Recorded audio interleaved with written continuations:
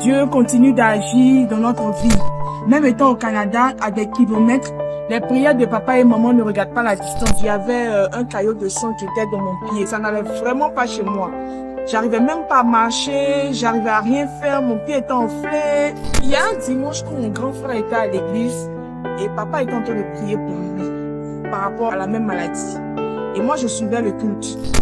Donc quand papa commençait à prier pour mon frère, j'ai dit que la grâce que mon frère est en train de recevoir en ce moment, que moi aussi je reçoive ça de là où je suis. Quand j'ai dit ça, j'ai senti comme une chaleur, une folle chaleur dans mon pied. Pendant que je suis là en train de parler avec toi, si quelqu'un me regarde via le net qui a un problème similaire, tout sera normal. Ici où j'avais un rendez-vous pour faire une échographie. On arrive, la dame fait l'écho, près d'une heure de temps elle est sur mon pied. Elle comprend pas. Elle fait l'écho, elle voit. Et elle me dit, non, on voit pas le caillou. Amen! Shalom, shalom, bonjour à tous. Je suis Anatole Loulou. Alors, je fais cette vidéo pour dire merci à Dieu. Merci à papa et maman Bamba. C'est une vidéo de remerciement. Dieu continue d'agir dans notre vie. Même étant au Canada, étant à des kilomètres, la main de Dieu ne regarde pas la distance. Les prières de papa et maman ne regardent pas la distance. Ça nous touche ici chaque jour continuellement. Il y avait un caillot de sang qui était dans mon pied, comme pour mon grand frère. Moussako Joël, il y avait un caillot de sang qui était bloqué et on m'avait mis sous traitement. Après les traitements aussi ont créé des complications, donc j'étais obligée d'arrêter le traitement, mais ça n'allait vraiment pas chez moi. J'arrivais même pas à marcher, j'arrivais à rien faire, mon pied était enflé et ce caillot-là pouvait remonter à tout moment au cœur ou au cerveau. Donc c'était vraiment compliqué pour moi, pour la famille et bon. Et il y a un dimanche où mon grand frère était à l'église et papa était en train de prier pour lui par rapport à la même maladie. Et moi, je suivais le culte. Donc quand papa commençait à prier pour mon frère, j'ai dit que la grâce que mon frère est en train de recevoir en ce moment, que moi aussi je reçoive ça de là où je suis. Parce que je crois en Dieu, je crois en mon prophète et je sais que c'est possible. Et j'ai dit ça intérieurement. Quand j'ai dit ça, j'ai senti comme une chaleur, une forte chaleur de mon pied. Une très forte chaleur. Et la nuit, j'ai pas dormi. Je viens parler à ta maladie. Depuis un certain moment, tu te sens étouffé. Tes artères sont en train d'être bouchées. Si je prie pas pour toi, tu vas rester sur le lit. Cette maladie, ça laisse mettre toute une famille en deuil. Mais je vais enlever le deuil sur ta maison. Comment on appelle la maladie?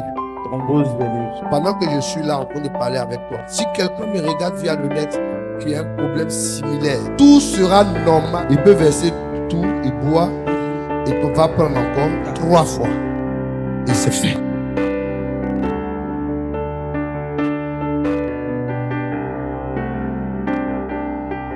La guérison est en train de se faire. C'est un plat, tu peux tirer. Il faut tirer. Je veux que tu saches que tu es. Amen. Alléluia.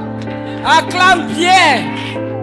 Parce que de la mort, il y a la vie aujourd'hui. Acclame Jésus. Lève-toi et marche. Lève-toi et marche. Lève-toi et marche. Lève-toi et marche. Lève-toi et marche.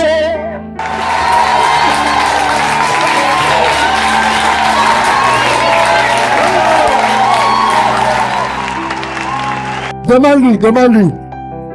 Est-ce qu'il pouvait faire ça? De façon atroce, tu avais mal. Effectivement. C'est fait.